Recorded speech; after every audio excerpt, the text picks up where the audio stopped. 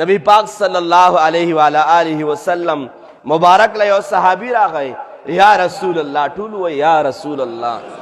محبوب کریم لے صحابی راضی یا رسول اللہ صلی اللہ علیہ وسلم ما مور باندے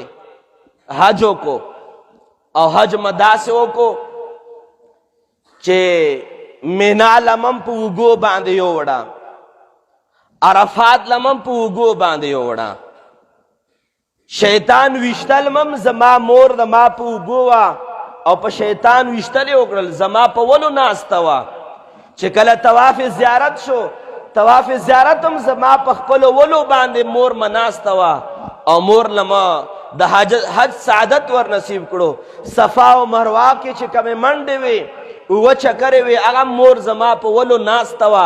د ولو باندې ناست مور لما صفا مروه چکرې ولا ور کړې د حج چې کومې پنځه واړه ورځې وې هغه ټول ما مور د ما په اوږو او ما په ولو باندې ناسته وه یا رسول الله زما مور به څه حق ادا کړی وي که نه ما خو په مور باندې حج وکړو په اوږو مه ناسته وه په ولو مه ناسته وه محبوب کریم رؤوف الرحیم احمد مجتبی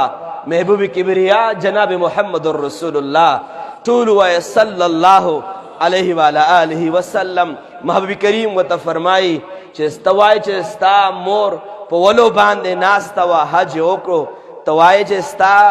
بسمرا حق ادا کردی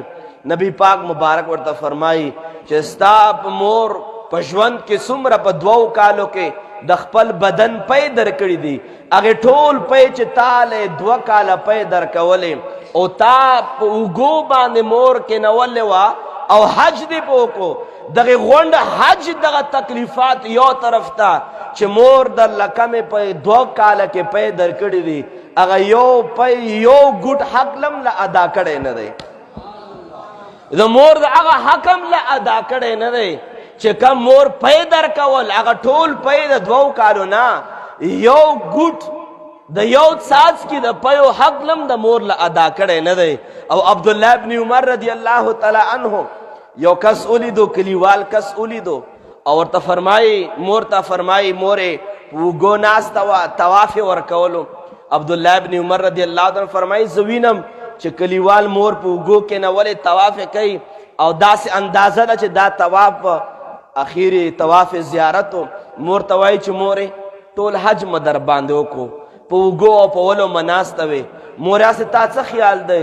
ما بستا حق ادا کڑے وی کنا عبداللہ ابن عمر رضی اللہ تعالی عنہ والا دا شان جواب ورکی چے اے زوانا اے نوجوانا اے دا فلانکے زویا تا چے کم دا مور دا حق ادائے گئے خبرے کئے تا خلا دا مور حق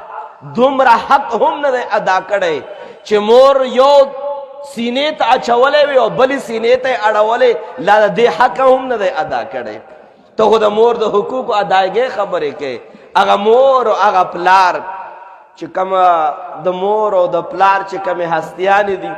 حقیقت دا دے چه دا الفاظو چه کم کالب دے دا الفاظو چه کم جوڑ دے